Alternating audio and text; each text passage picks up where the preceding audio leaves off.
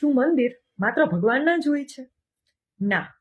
રજનીકાંતનું મંદિર છે તમિલનાડુના તેલંગાણામાં, જ્યાં તેમના બર્થડે પર રજની ચતુર્થી મનાવવામાં આવે છે અને 8 વસ્તુઓથી તેમની મૂર્તિ પર અભિષેક કરવામાં આવે છે. અમિતાભ ધામ છે કોલકાતામાં, જ્યાં 79 લાઇન્સની અમિતાભ ચાલીસા છે, જે રોજ ગાવામાં આવે છે. મહાત્મા ગાંધીનું મંદિર છે ઓડિશાના સાંભલમાં, જ્યાં સવાર સાંજ આરતી થાય છે અને પ્રસાદ પણ ચઢાવવામાં આવે છે.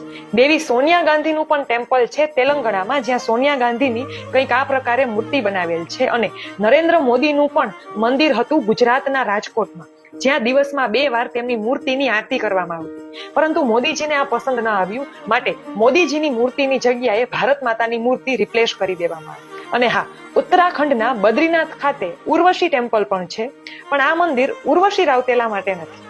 જો તમને આ વિડીયોમાં આપેલી માહિતી પસંદ આવી હોય તો વિડીયોને વધુમાં વધુ શેર કરો.